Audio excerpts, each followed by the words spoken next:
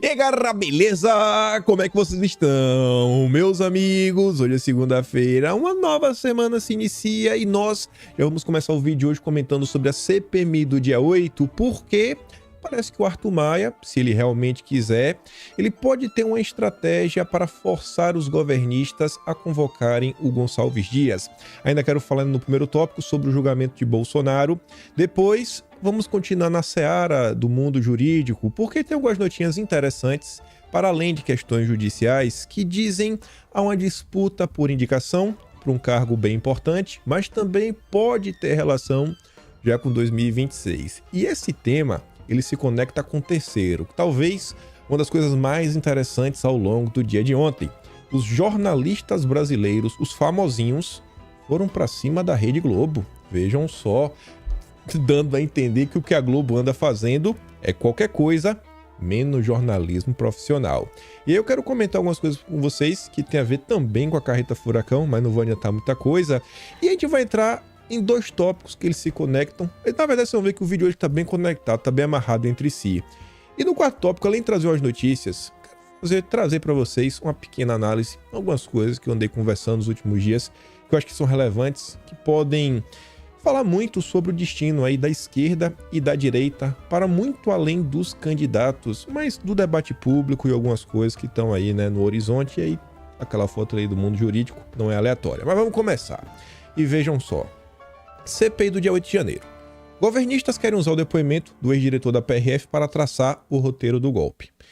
Trouxe a matéria por duas coisinhas. Para a relatora, a Elisiane Gama, os ataques aos prédios dos três poderes, no dia 8, são o ato final da tentativa mal sucedida de depor o Dilma, que o turma queria derrubá-la a todo custo. Segundo ela, a mobilização teve início no segundo turno das eleições do ano passado, ou seja, olha onde tudo começou. E por que eu estou falando isso? Eu falei para vocês, assim que saiu aquelas primeiras notas envolvendo as mensagens do celular do Cid, e aí saiu num dia, no dia seguinte saíram matérias sobre mensagens trocadas entre a esposa do Cid, a filha do Vilas Boas, e tinha uma nota da Veja que era, sabe, tinha uma mensagem bem complicada. Eu falei, ó, gente, o que eu tô vendo aqui a imprensa criar, e comparando o que está escrito aqui com o que vem sendo dito há algumas semanas, alguns meses, eu acho que eles vão continuar fazendo a tal engenharia reversa. Aí eu trouxe essa seta com essas palavras na tela, esse mini esqueminha, eu falo o seguinte, ó.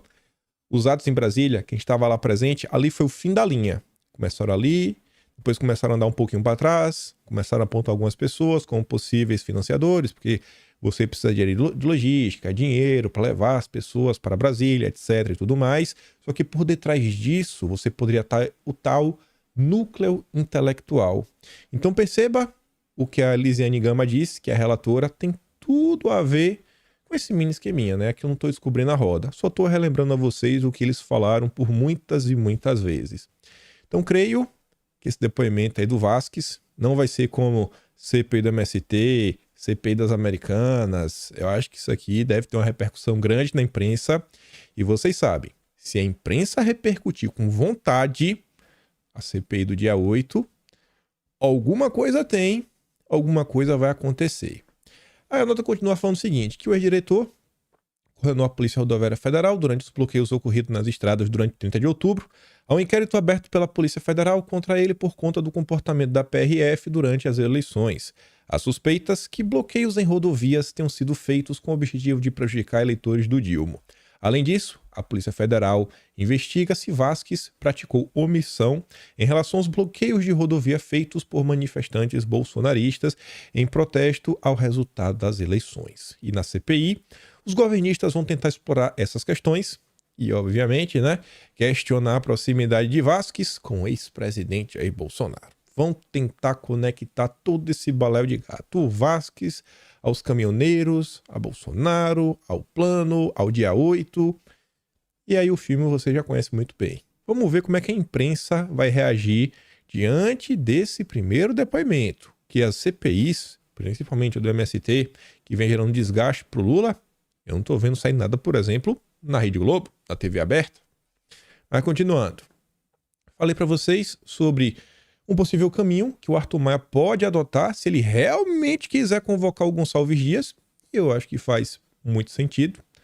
Fala o seguinte: impasse na CPI do dia 8 pode atrasar a convocação de Anderson Torres e Mauro Cid. Mas por que atraso? Não já foi aprovado o requerimento deles? Sim, o requerimento foi aprovado. Mas não necessariamente eles precisam ir ou já tem data para eles irem. Explicamos. Os dois estavam no topo da lista da relatora. A Elisiane Gama queria os dois o quanto antes lá na CPMI. Só que, após um embate nos bastidores entre ela e o Arthur Maia, acabou fazendo com que o ex-diretor da Polícia Federal, o Silvinei Vasquez, fosse chamado primeiro. Silvinei depõe nesta terça.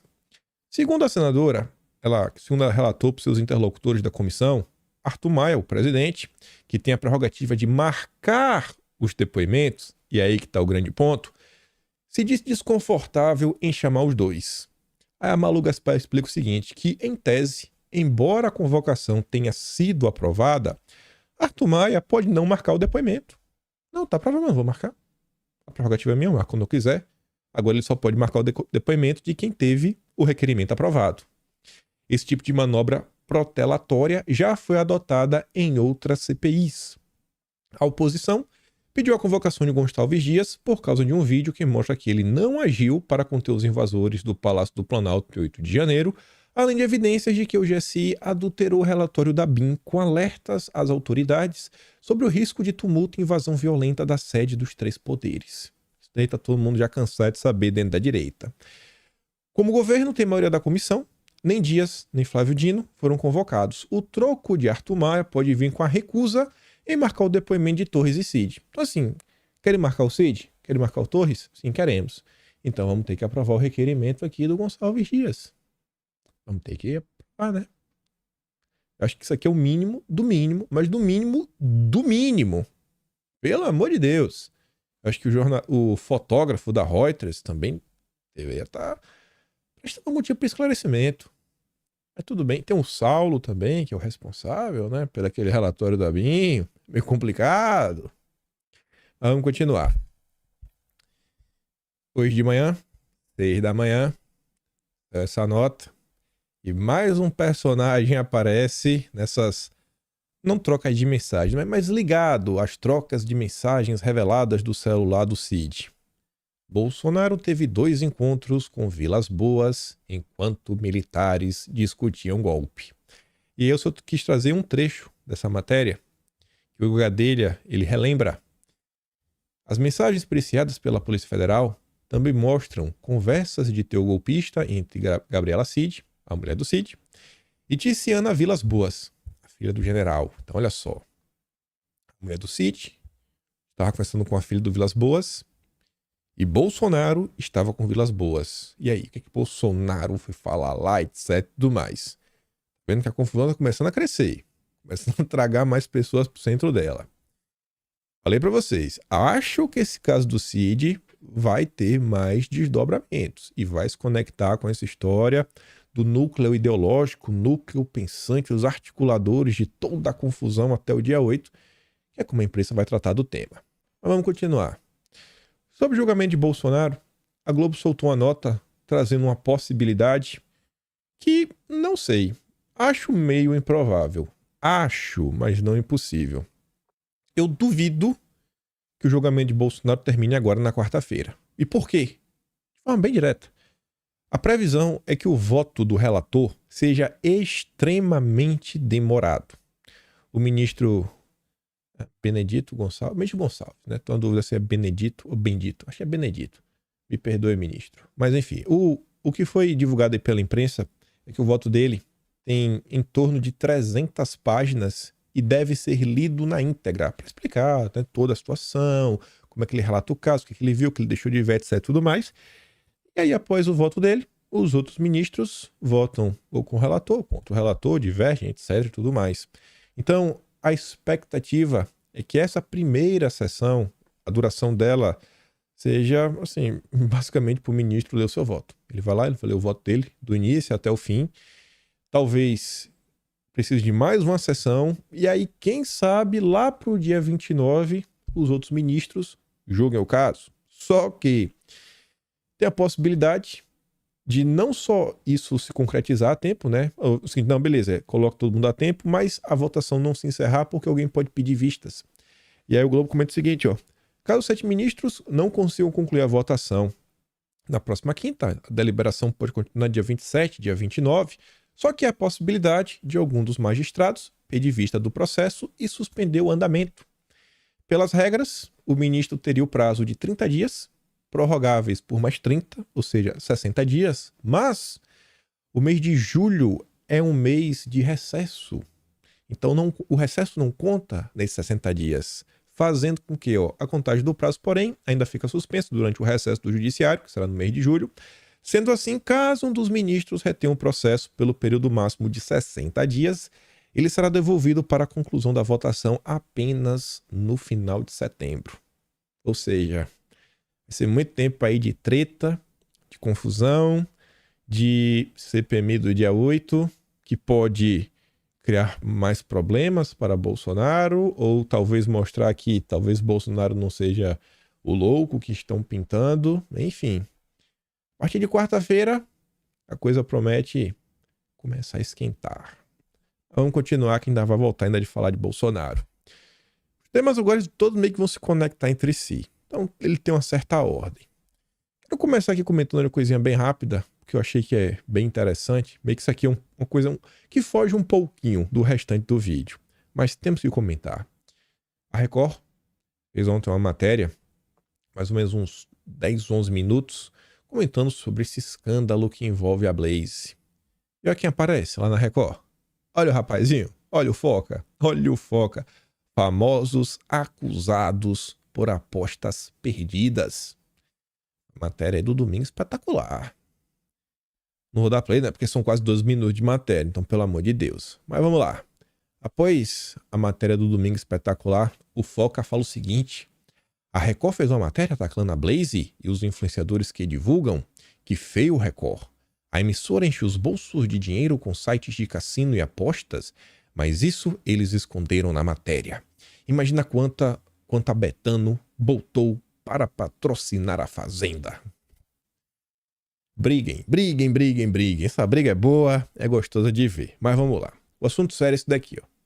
Saiu essa nota que, para muito além do problema da manchete, falando sobre o governo não tem agenda, o ministro não mandou nenhuma proposta para ser debatida no âmbito do legislativo, para muito além disso, é só trazer informação que ela vai se conectando com várias notícias recentes. E veja só, em 6 meses de governo, propostas e ameaças de Flávio Dino não saíram do papel.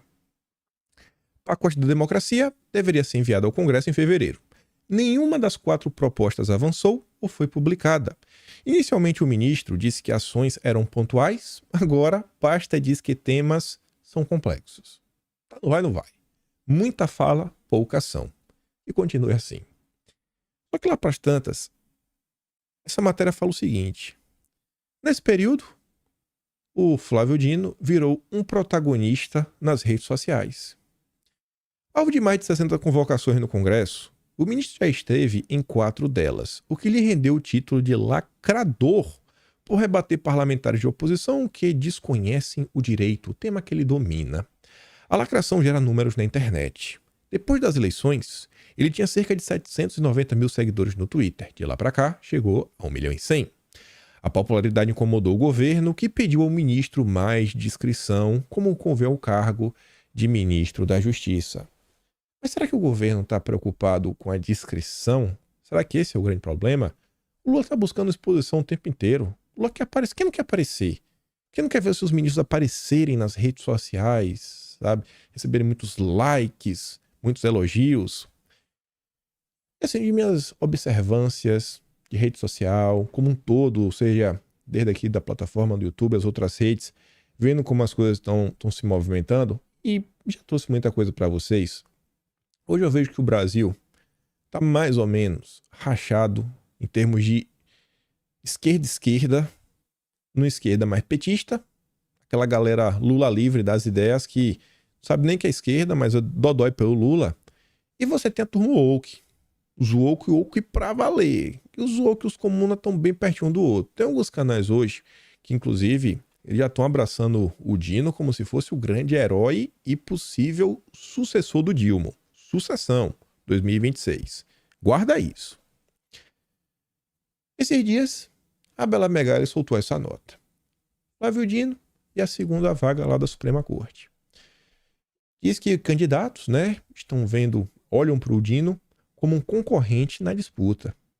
A avaliação de postulantes é que a cadeira que ficará vaga com a aposentadoria da ministra Rosa Weber é que Dino estaria atuando nos bastidores para se viabilizar. Aliados de primeira hora, no entanto, negam. Ele não está fazendo desejo zero. Não, tá de boa. Será? Guilherme Amado comenta que ele só não será indicado para a segunda vaga se ele não pedir. E aí fala o seguinte, que a avaliação é que Lula não negaria um pedido. Mesmo que Dino não peça, entretanto, suas chances são consideradas altas. Lula é grato a ele, tem ele com boa avaliação, o que pode ser um obstáculo para que o presidente espontaneamente o escolha por desfalcar o governo. Dino segue uma esfinge sobre o que pretende, né? Ele segue em silêncio, ele não quer revelar. A dúvida está entre a indicação para o judiciário ou concorrer ao Planalto no pós-Lula. Exatamente o sucessor. Junta isso tudo e vê essa nota da Veja. Essa foi postada ontem. A insistente cobrança de Arthur Lira a Lula sobre 2026. Há 2 semanas, a Veja relatou que Lira ele aconselhou Lula a dizer publicamente que vai concorrer à reeleição. Fala, Lula. Segundo o deputado, uma declaração nesse sentido ajudaria a melhorar o funcionamento da máquina pública e a relação do governo com o Congresso, que seriam prejudicados pelo fato de ministros com aspirações presidenciais boicotarem uns aos outros. Presidente, diga que é candidato e acaba logo com isso, sugeriu Lira. Como a recomendação não foi seguida, o parlamentar resolveu torná-la pública e insistiu na tecla em entrevista à Globo News na última segunda. O fato do Dilma não ter explicitado até hoje se é candidato à reeleição ou não, gera, do meu ponto de vista, muitos pré-candidatos dentro do PT. Você acha, voltando agora para a nota do Estadão, que a lacração do ministro nas redes sociais, ganhando novos seguidores, novos apoios, é porque a turma quer um pouco mais de ponderação perante o cargo? Ou será que a turma está meio que se bicando entre si em busca do cálice de ouro, né? Quem será o sucessor do Dilma?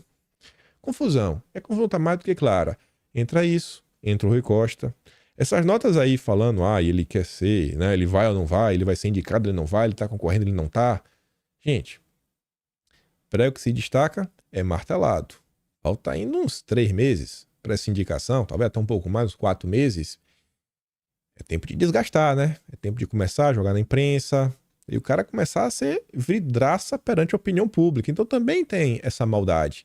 Perceba como são as coisas. O Brasil está numa carência de um projeto de país, um projeto de desenvolvimento. Não, gente, olha só, não tem matéria na imprensa sobre segurança pública. Pelo menos não pelos maiores jornalistas do Brasil que falam sobre Brasília. Não tem. Não tem. Quando fala de justiça e segurança pública, está se falando, não, o chefe da área, ele vai ser nomeado, ele não vai, ele vai querer ser sucessor, ele não vai. Tá, mas e a população? Perceba como o povo está sendo deixado de lado. E ele vai voltar nisso lá na frente. Falei que o vídeo ele se conecta do início até o fim. Mas vamos continuar. Alcolumbre quer Pacheco lá em cima. A maior coisa de todas, para voltar à presença do Senado. O Batoré também não é besta. Hoje ele seria o favorito se houvesse nova eleição para a presença do Senado. O que não sabe até agora é se o Dilma está de acordo com esse arranjo. Lula vai substituir um aliado fiel por um senador do Centrão Raiz, né? Gostei dessa frase. Lula vai substituir um aliado fiel, ou seja, o Pacheco é um aliado fiel. Será que o Lula aceita substituir o Pacheco pelo Alcolumbre, Centrão Raiz? O Pacheco é fiel demais. Nunca trairá o Lula. O presidente tem mostrado que enxerga o judiciário como área crítica, em que não quer repetir o erro de indicar alguém em que depois ele perca confiança. Nesse quesito, Pacheco é forte candidato, considerado leal. Se tem um cara que é subserviente e vassalo ao Dilma, é o Pacheco. Isso daí não tem quem negue. Ele devia até estar afiliado no PT.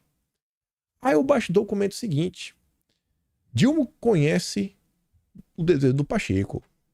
Já até conversou com aliados sobre eventuais impactos no Congresso para indicação de um senador no meio do mandato.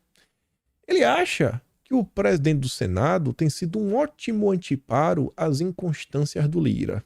Pacheco está segurando tudo.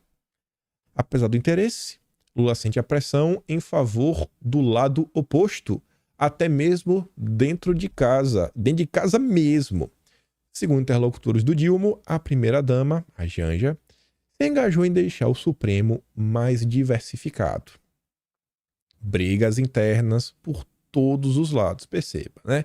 É sucessão, é indicação, é comunicação, é inveja nas redes sociais. E aí, pegando esse fato da primeira-dama, a gente abre aqui o terceiro tema falando dele. E vamos falar da Globo, dos ataques que os jornalistas fizeram contra a Rede Globo. Ataque não, né? Mandaram a real. E vejam só. Essa notícia estava tendo vídeo ontem, mas não deu tempo de comentar. Janja tem poder de veto no governo e interfere em áreas como economia, defesa e publicidade. Perceba que essa nota não tem assinatura, é redação. Quando tem redação, irmão, o jornal ou o jornalista, ele não tem coragem de assumir que foi ele que escreveu. Não é que a matéria é mentirosa, é porque a pressão é grande. Quem quer peitar? Ninguém tem coragem. E quem diz são os próprios jornalistas. A gente vai chegar lá. A matéria fala muita coisa. Traz detalhes sobre notas um pouco mais antigas. Uma delas, por exemplo, falava... A gente trouxe em vídeo. Falava o seguinte. Um ministro foi lá, levou um problema pro Lula, etc. Tudo mais, ppp, pipipi. E na saída da sala, a mulher do Lula chegou pra ele e falou... Esse tipo de problema, não traga mais não, viu? Resolva. Quero nem saber. Não vem aqui pra me trazer esses problemas. Tô falando sério. O cara ficou todo meio assim, né? Meio melindrado. Mas beleza. Aí fala assim, foi a primeira-dama, por exemplo, que barrou uma proposta do PT de remunerar blogueiros alinhados ao governo. Havia pressão do partido do próprio ministro da Secretaria de Comunicação Social, Paulo Pimenta, mas a decisão final foi dela. Ela determinou que os blogueiros continuassem na militância sem remuneração. Olha agora, aqui tá a cereja do bolo. A primeira-dama também defende uma comunicação mais voltada para as TVs abertas. TV aberta, gente. Leia. Jornalismo profissional. Não. Deixa esses youtubers de esquerda aí. É tudo, sabe? É migalha. Joga umas pipocas assim no chão, uns caroços de pipoca tipo pombo, para ver se come. Vamos focar na amizade com a Rede Globo. A Rede Globo é a nossa sustentação. Aí depois do Estadão soltar essa nota, mesmo sem saber quem foi que escreveu, Padilha e Randolph se uniram para apoiar a primeira-dama. Mais um ataque absurdo contra a Janja. Olha as palavras. Ataque.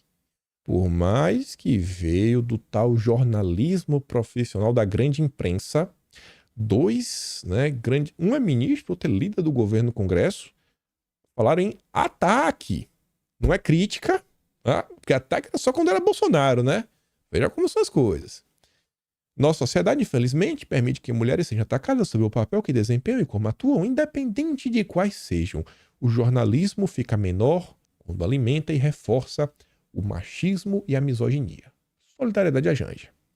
E o Randolph fala, a matéria do Estadão sobre a Janja é vergonhosa, texto cheio de suposições e inverdades, só mostra quanto o machismo e a misoginia são estruturais em nosso país. A Janja, minha solidariedade, a tarefa de reconstrução também passa por banir o machismo para melhorar a vida do povo. Vai banir o Estadão? Vai fazer isso? Vai fechar as portas? Vai perseguir? Vai censurar, Randolph? Vamos lá. Muitos ataques foram feitos por diversas pessoas. Até Felipe Neto entrou. A gente vai falar dele. Aí no meio desse processo, vem a Andresa Matais. E assim, eu até comentei sobre isso lá no Monark.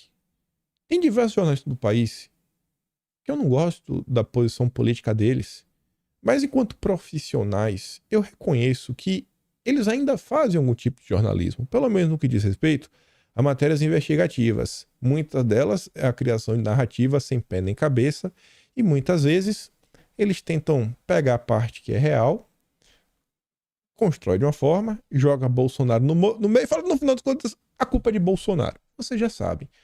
Mas é inegável que tem pessoas que ainda fazem algumas notas. E quem vem puxando esse barco desde o início do ano, né, desde que começou o desgoverno, meio que tá lá a turma do Estadão. Aí tem uma notinha que sai uma vez, outra no Rodrigo Rangel, um outro sai no Paulo Capello do Metrópole, né? Tem uma nota que vai saindo. O Estadão, ele tem uma turma hoje. Veja, por exemplo, o caso do Juscelino. A Globo abafou. A Globo abafou o caso do Juscelino enquanto deu. Não comentou. Diversas notas publicadas pelo Estadão. Agora bastou sair de Bolsonaro. Eita, poxa, velho. Era o William Bonner nervoso na cadeira. Parecia que tinha uma coisa, né, onde ele estava sentado que ficava tremendo. Aí a Andresa diz, ó. Ah, mas vocês só atacam o governo. É porque eles não lêem, que o Estadão fala de Bolsonaro.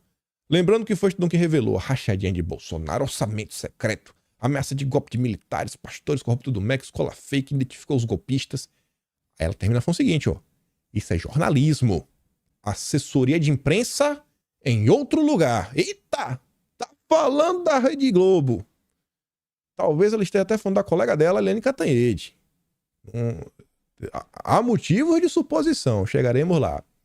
Aí numa postagem muito interessante, o Noblar, ele pega o teor central da matéria do Estadão, ele posta, bota aí no final, entre parênteses, Estadão.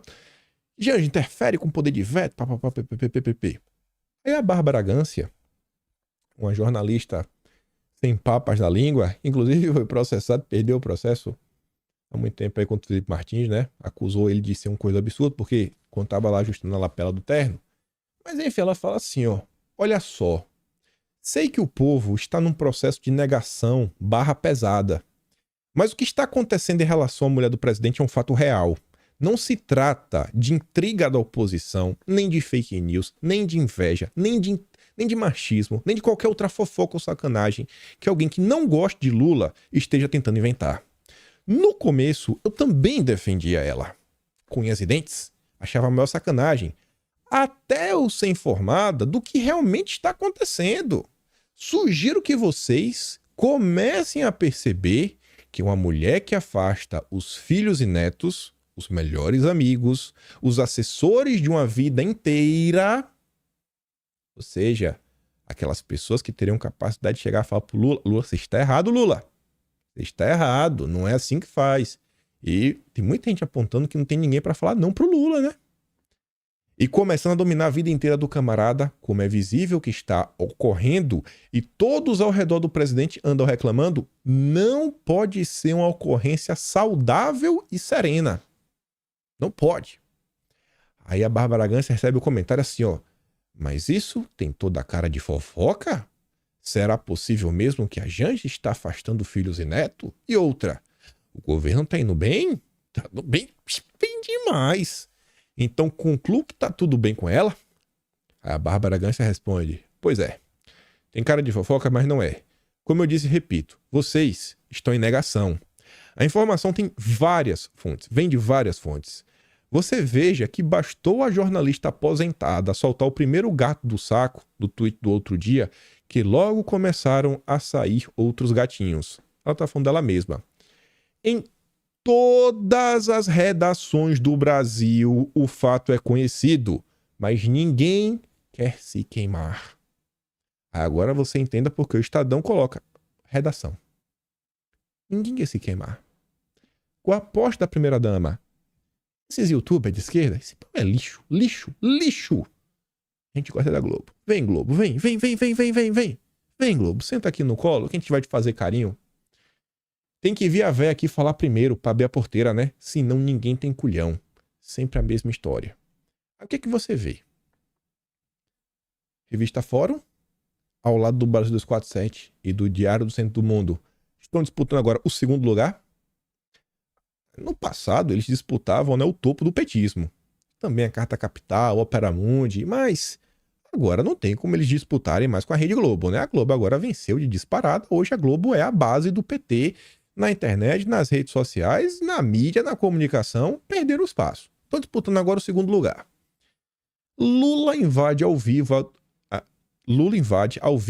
da Globo News para corrigir Jorge Pontual. Não foi o Lula, né? Não é o Lula que invadiu. Mas você vê, ó. Ao criticar o tamanho das casas, entretanto, o Jorge Pontual deu a entender que o projeto fizesse parte do programa Minha Casa Minha Vida, encabeçado pelo governo federal. Abre aspas. Eu tenho nome para esse projeto infeliz. Minha Casa Não É Vida. Ele estava falando sobre o caso de Campinas, das casas de 15 metros quadrados. Gente, ele fez uma piada, ele não falou do Lula, ele não falou que era o governo federal nem nada. Mas o simples fato de pegar uma logo que pode ter relação com o governo federal... Não, não pode. Aí o telefone tocou. Instante depois, porém, Helene Cantanhede pediu a palavra para informar que recebeu um recado de Lula, enviado através de sua assessoria de imprensa. Tu acha que Lula estava assistindo a Globo News? Quem que estava assistindo? Fazendo questão de afirmar que o projeto de moradia popular em Campinas não é do governo federal. Aí a gente trouxe tweet 2 dias atrás. Sabem quem está vendo em pauta da Globo News? O presidente Lula. Ai, Eliane Cantanhede. Tiete demais, torcida. Então perceba. Eu vou bater na tecla que o Lula traiu a esquerda. Aquele petista mais raiz. O Lula hoje é o woke. O Lula hoje ele serve ao interesse da esquerda progressista internacional. Esquerda do Biden. A gente vai chegar lá. Olha que os assuntos todos se conectam. Aí quem aparece também para reclamar, né? O Foca. O Estadão surtou de novo. Voltou para a estratégia burra de tentar jogar a população contra o PT e o Lula a qualquer custo. Não tem nenhuma justificativa.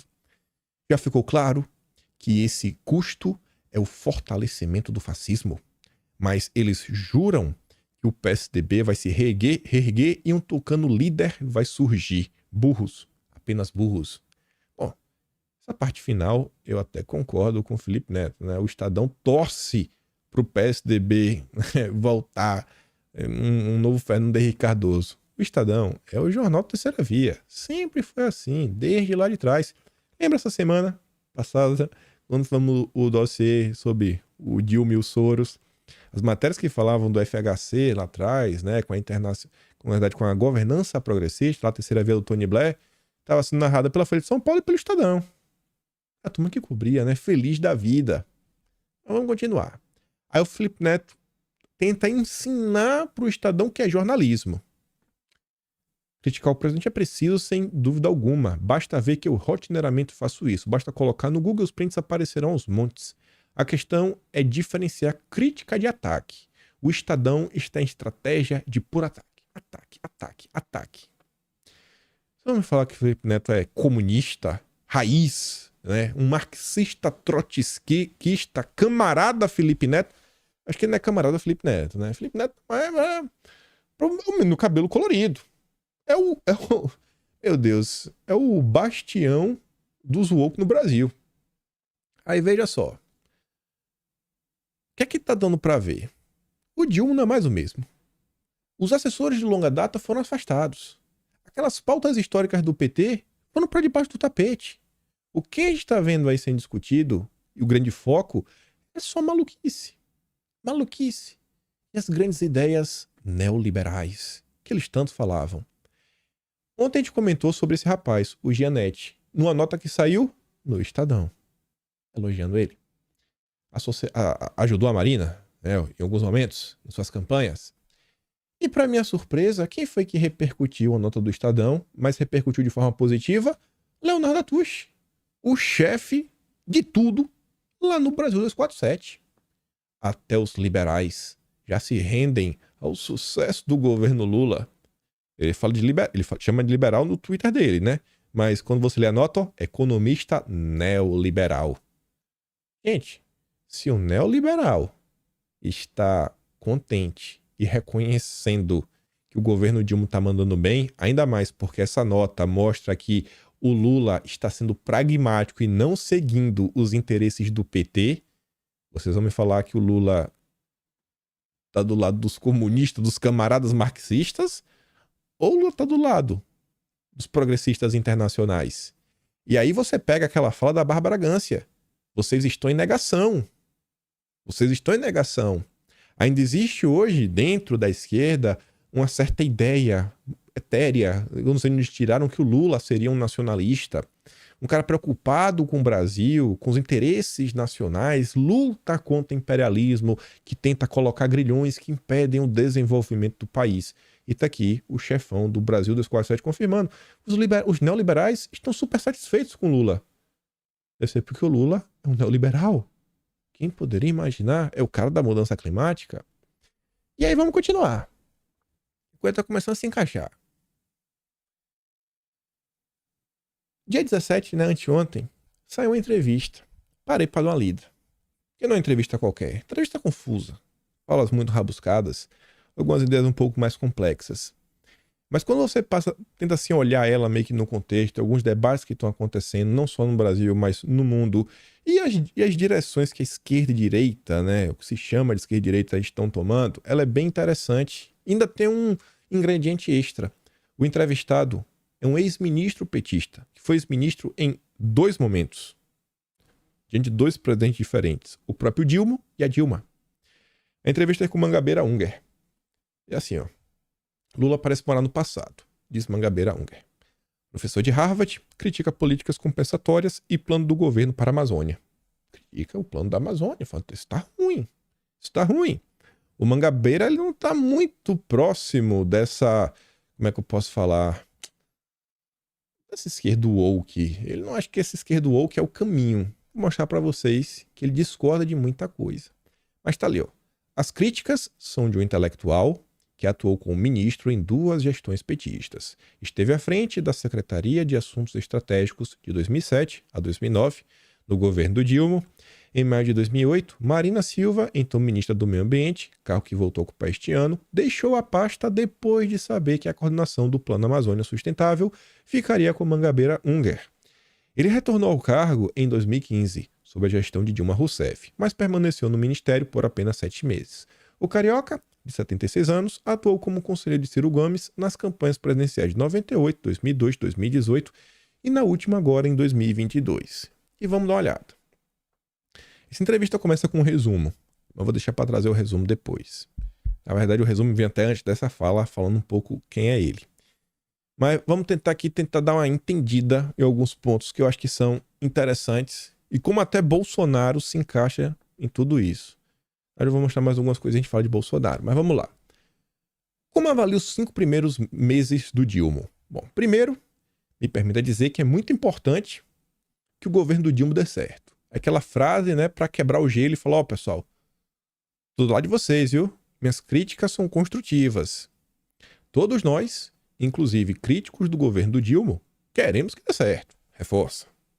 Mas o Dilma parece estar morando no passado, encarando a tarefa atual como continuação dos mandatos anteriores. Está cercado por auxiliares que não dizem não a ele. Olha o caso da Janja que vem sendo apontado, afastando as pessoas que podiam falar para ele não. O que é perigoso porque a tarefa agora é muito diferente da tarefa anterior, os 2 primeiros mandatos. E aqui começa um ponto interessante. Tem um grupo de pessoas que eu sempre converso, um grupo político, nem pode falar assim. Tem pessoas de diversas áreas, de empresários, sei lá, a galera que está aí, debate político, produtores de conteúdo, jornalistas, a gente acaba conversando muita coisa. E uma coisa que eu acho que vocês também conseguem notar, eu acho que isso, inclusive, acelerou bastante pós fevereiro de 2022 do ano passado, que foi quando se iniciou o conflito lá na Europa, que o mundo está numa guinada para uma direção de forma muito mais intensa. Você olha só esse ano no Brasil, já veio o Klaus Schwab, já veio o Malloy Brown, a turma já foi lá se encontrar para bater foto com o filho do Soros. O Soros saiu, deu a empresa pro filho, que é mais revoltado que ele. Alguns personagens que estavam de um lado, agora a gente não sabe mais que tá. Você vê que o Twitter sai de um lugar, vai para a mão do Elon Musk, o que, pô, um cara que é bilionário, ele tá vendo que a mídia e o debate público, no contexto do mundo atual, é uma peça muito importante. Ainda que não seja financeiramente viável, que vale a pena nesse presente momento. Então, tem vários questionamentos acontecendo. E aí você vê discussões sobre geopolítica que fizeram o próprio Estados Unidos voltar a discutir internamente qual o papel do Estado, Como voltar a se desenvolver? Porque as tensões com os comunas, né, o vermelhinho, se acirraram ainda mais, fora a questão da Rússia, sanções internacionais. Aí tá lá o Biden falando um mix de nacionalismo com voltar, né, a indústria nacional, tem que fortalecer, não dá para ficar dependente. Aí tá o Macron também trazendo de volta esse discurso de reindustrialização. O Macron ainda fala, tem a frase, né? Precisamos trazer de volta o Made in Europe, construído na Europa. Aí não lembro qual foi os assessores do Biden em um evento importante, falou, pô, o consenso de Washington acabou. A história meio que tinha dois polos, a gente brigava, meio que a gente comandava, a gente avançava com o globalismo, né, globalização. Aí você vê o Fórum Econômico empurrando pra valer uma série de medidas, dando direcionamento ao mercado de crédito de carbono, mercado de crédito de carbono, começa a entrar no campo dessas discussões sobre justiça tributária. Bom, justiça tributária, ela existe, isso é óbvio, né? Na verdade, direito tributário. O que eu estou chamando de justiça tributária é você tentar trazer elementos sociais para o debate tributário. Falar, não, olha só, igual a Tabata Amaral, pô, essa bomba de encher pneu tem menos imposto do que a bomba de amamentação? Isso é absurdo porque é para mulheres? E porque outro é para homem? Não, não, a bomba de encher pneu não é para homem não, Tabata, calma. Todo mundo tem carro. As mulheres, elas não podem nem ter carro, mas elas usam transporte público, então assim, é para todo mundo, Tabata, calma, minha filha. Aí é cashback rosa, é imposto do pecado. Então o mundo está começando a avançar de uma forma bem rápida. Você está vendo a discussão sobre metais críticos para a transição energética, entrando em destaque, todo mundo se questionando, e aí, para que lado vai, para que lado não vai? Então tá um panavoê. A gente está vivendo realmente um momento diferente. Um momento totalmente diferente, né? O Mangabeira, alguém fala, irmão, a tarefa agora é muito diferente do que foi lá o primeiro mandato do Lula. Mudou tudo. Ele agora nem tem alguém para dizer não, ele não tem mais. Não tem mais. Tá totalmente perdido. Diferente em qual sentido? Aí ele fala, rapaz, ó, a desqualificação produtiva do país se aprofundou.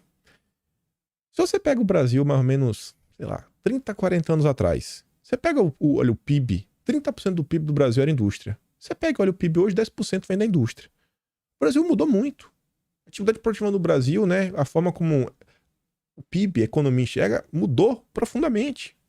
Caminhamos rapidamente para uma grande crise econômica se a situação não fosse atenuada pela riqueza em recursos naturais e também o agronegócio. A agricultura, pecuária e mineração pagam as contas do consumo urbano.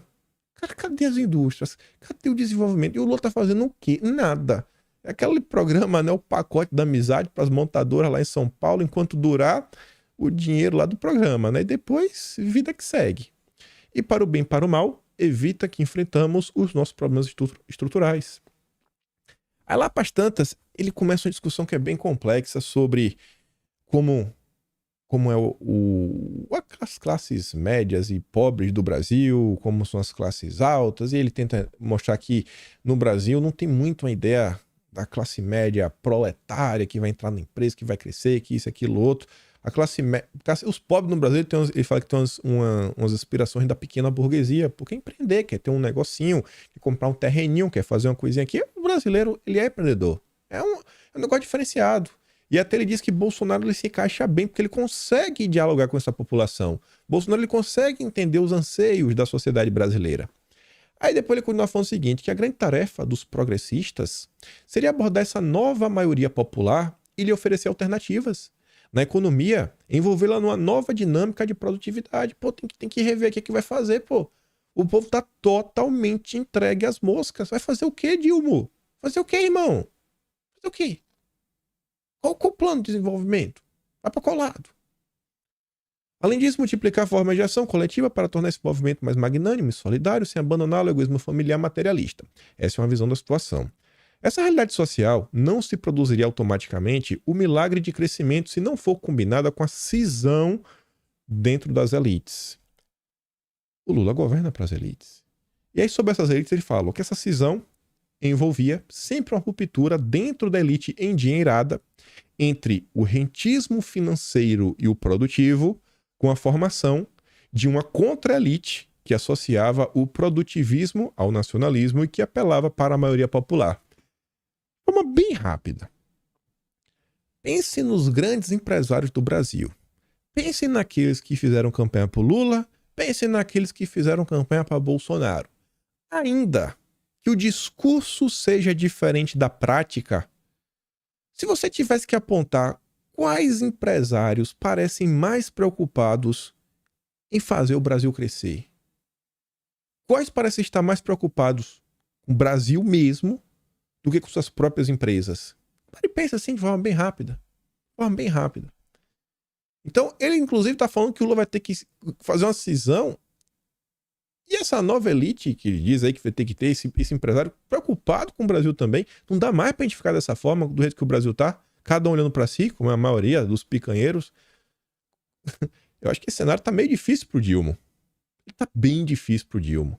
Gente, olha só, quando você pega o próprio agronegócio, que vem sustentando muita coisa, não vou nem falar assim, elite.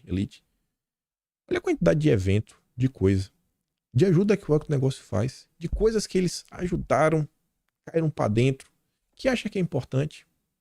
Quando você olha pro governo Lula, e eu não sei se vocês vão lembrar, mas se não lembrar, e quem é estudante do Atlas pode consultar lá em janeiro, no capítulo sobre Relações Internacionais e Diplomacia, lá em Davos. Lembra logo que o Haddad falou sobre enquanto cliente de quem ele compra o que ele deixa de comprar, desincentivando pessoas a comprarem um produto, né, de que eram bolsonaristas. Acho que vai dar errado. Aí vamos voltar para isso da matéria. Que aqui tem um resumo, que a matéria é bem longa, tem muita coisa, mas vocês vão entender onde eu quero chegar daqui a pouquinho. Eu acho que vocês vão acabar concordando comigo. Mas beleza, né? Aí ele tem um resumo. A Mangabeira é professor, papapá, pipipi, ppp. Aí ao longo da matéria, ele também critica a Marina Silva por adotar, a seu ver, uma visão da Amazônia baseada em extrativismo primitivo e artesanal. Ele falou, não, tá muito ruim, bicho. Muito ruim, vai dar errado.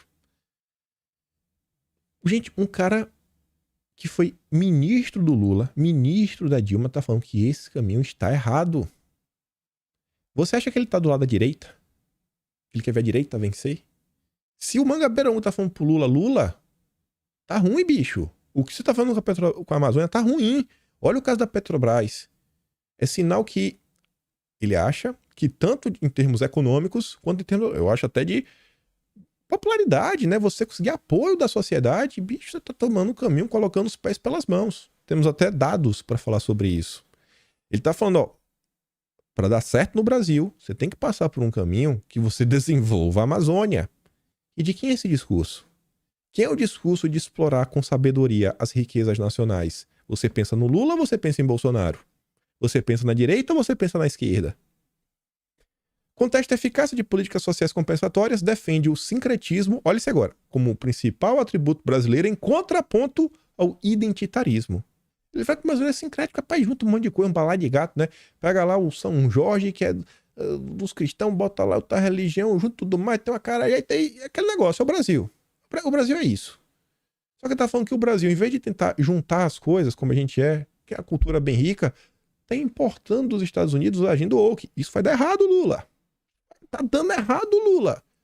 Ele tá apontando mais uma vez que o Lula está seguindo a agenda woke, um ex-ministro do Lula e ex-ministro da Dilma.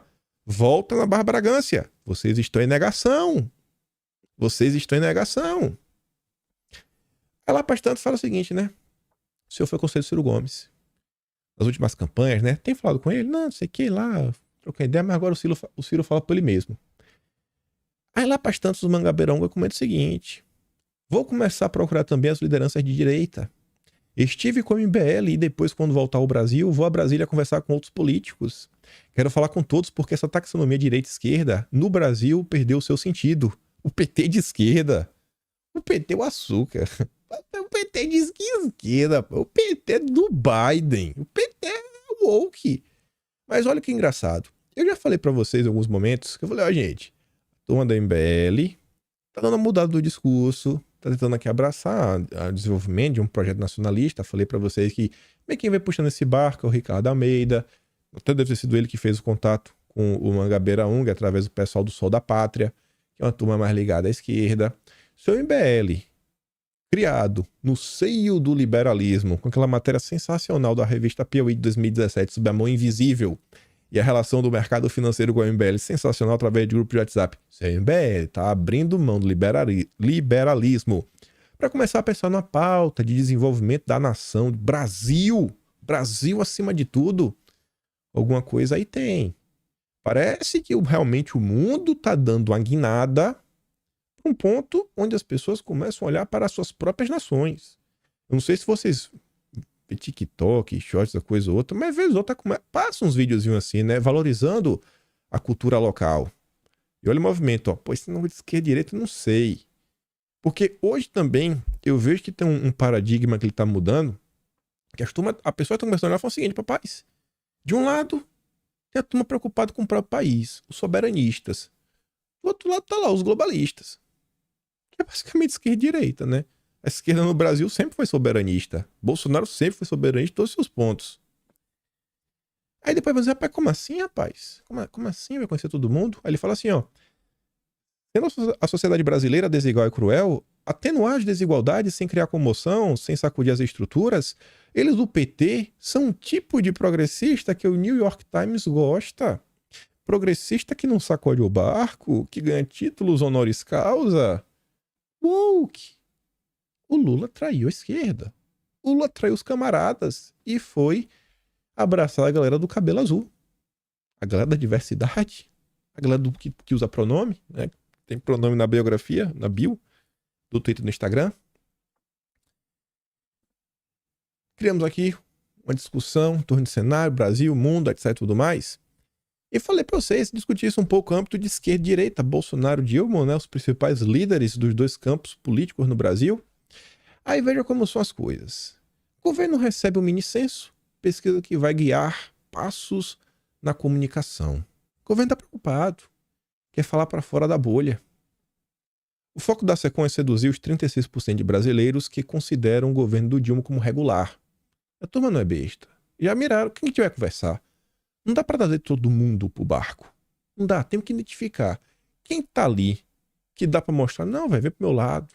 Vem comer, vem ser picanha. Comer não, né? Vem comer abóbora. Que picanheiro não come picanha, picanheiro come abóbora. E o PT que é atrás daquela turma que não votou em Lula, mas que vê seu governo dessa forma, como regular. Por outro lado, estamos vendo nos últimos dias, levam já para o lado, levam já para o outro, tem uma movimentaçãozinha, a coisa vai melhorando, mas também nem tudo tá às mil maravilhas. No dia de ontem, o Carlos fez 3 tweets, que eu acho que são interessantes e vale a pena prestar atenção. E o Carlos fala o seguinte, todo isentão passou 4 anos tentando derrubar Bolsonaro. Hoje te chama de otário, tentando se colocar como opção no tabuleiro do sistema, fingindo ter sobriedade para ocupar o lado da tal direita permitida. Essa raça é pior que o adversário declarado. Fala que tu é inimigo logo que é melhor, pô.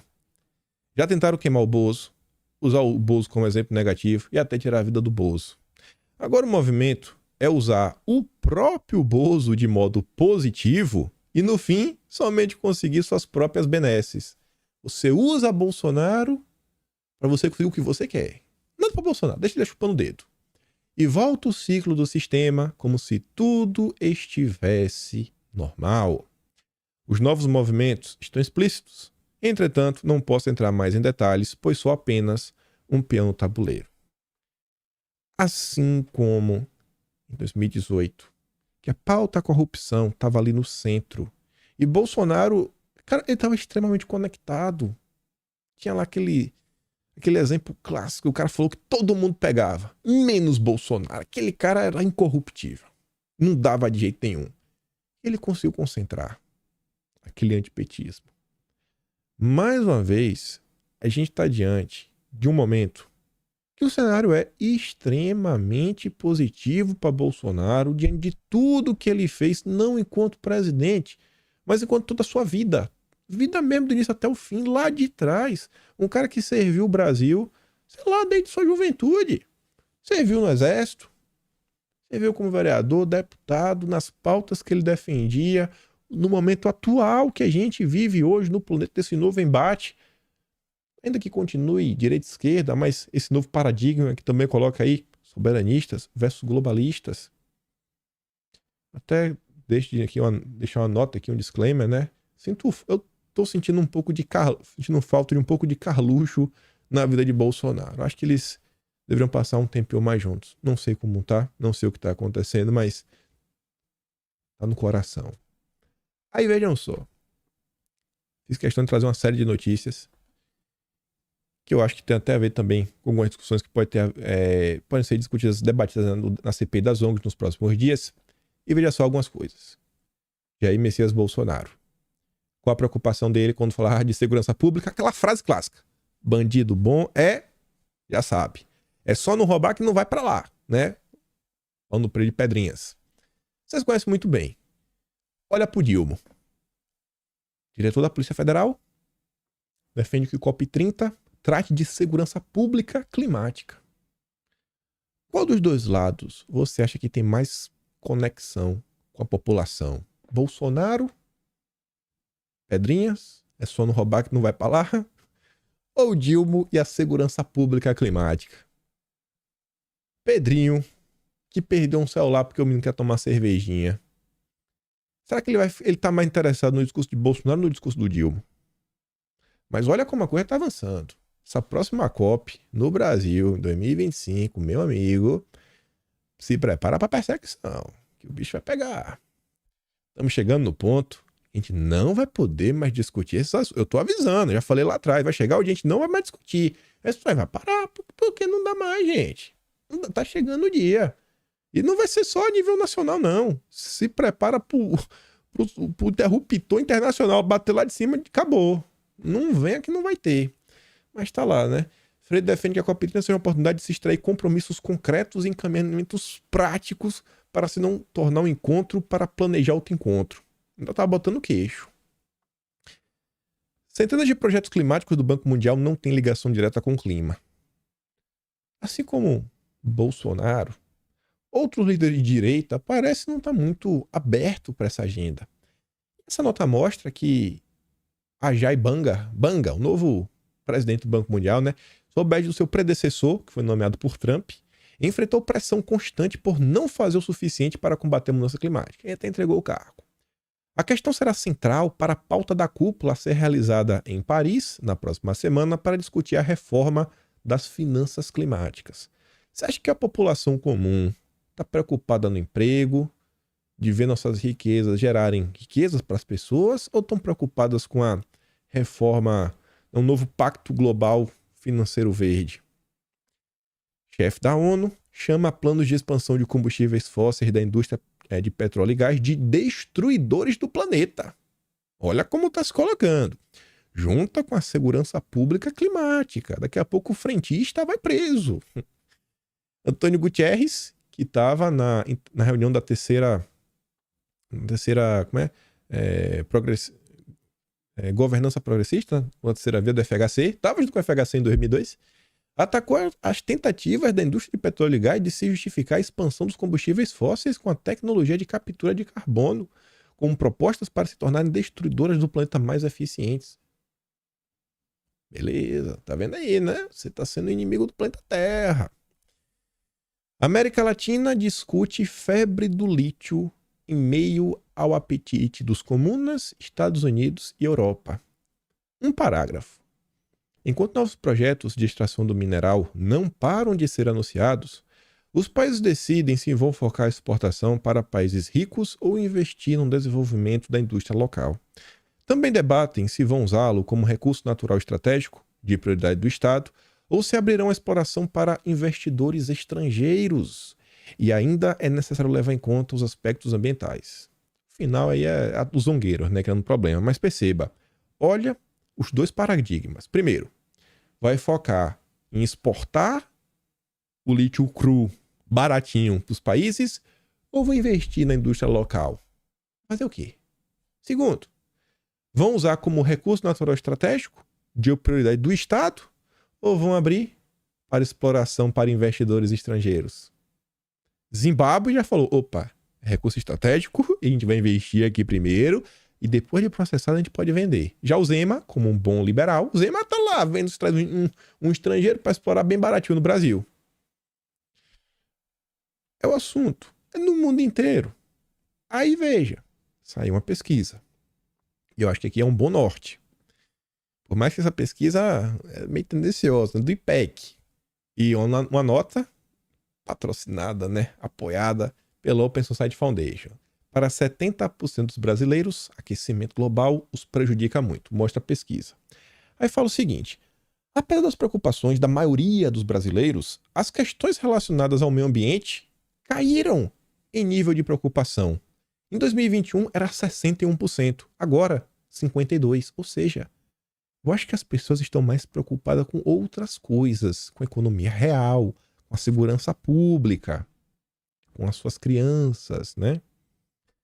No mesmo período, também variou para baixo o índice de quão importante os entrevistados acreditam que seja preservar a natureza em relação aos ganhos econômicos. Ou seja, estão assim, não, Bia, eu não estou tão preocupado, por exemplo, não sei, né? Vamos preservar a natureza, mesmo que a gente perca dinheiro, né? Melhor ganhar um pouquinho mais de dinheiro. E depois reforça, né? Enquanto isso, o número dos que priorizam promover o avanço da economia e do mercado de trabalho, mesmo prejudicando o meio ambiente, está crescendo. As pessoas não estão comprando esse discurso. A taxa de quem se diz muito preocupado com o meio ambiente é maior entre mulheres, aqueles que são de posição política mais à esquerda, quem poderia imaginar, e maiores de 45 anos de idade. Não é preocupação dos jovens. Essa pauta, ela cresce lá fora. Ela está sendo importada para o Brasil. Não é preocupação do brasileiro. O brasileiro não é a Suíça, mas nem de perto, em qualidade de vida, de salário, educação. A Suíça, concordaram com a lei de carbono zero. 58,9% das pessoas votaram.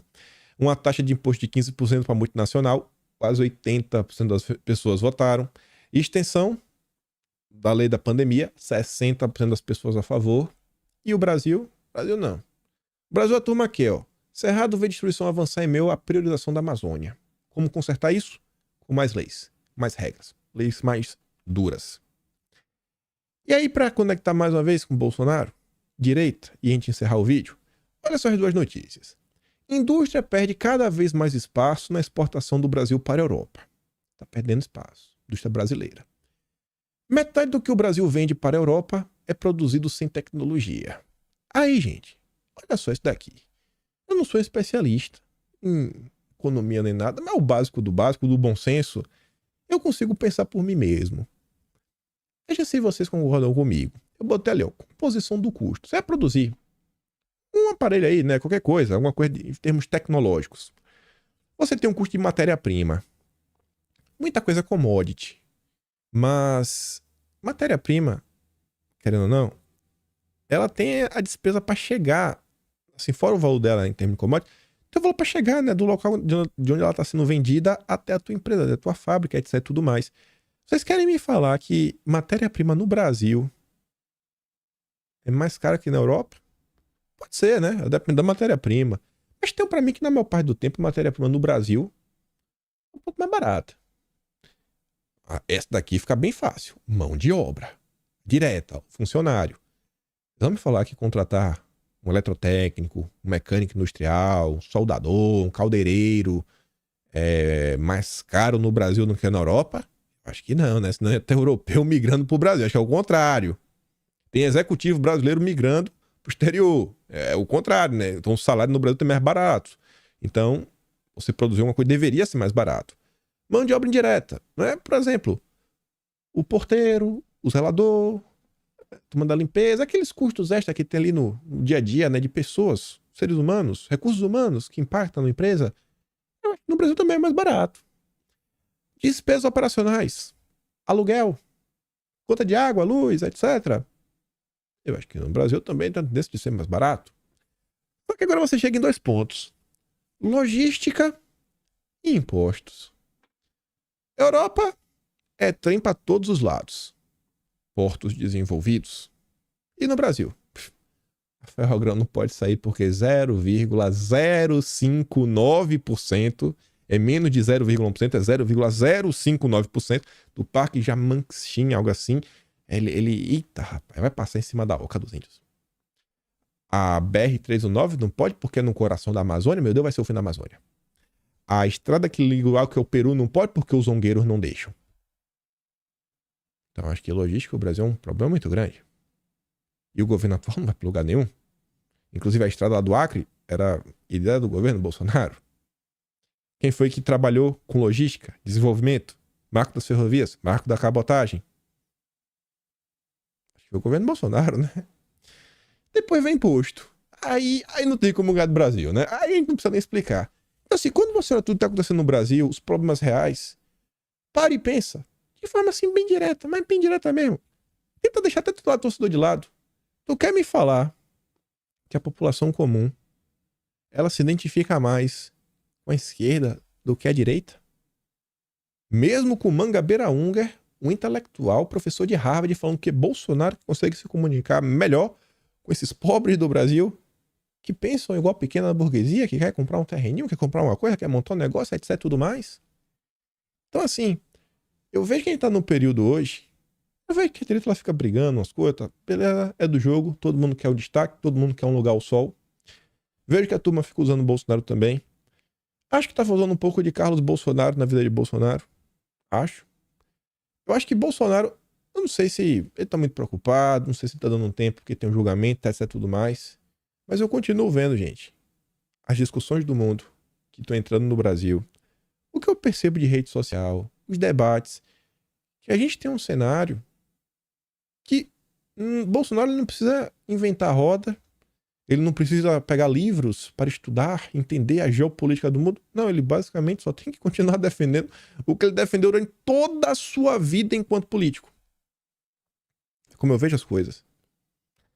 Olha as discussões que eu estou entrando.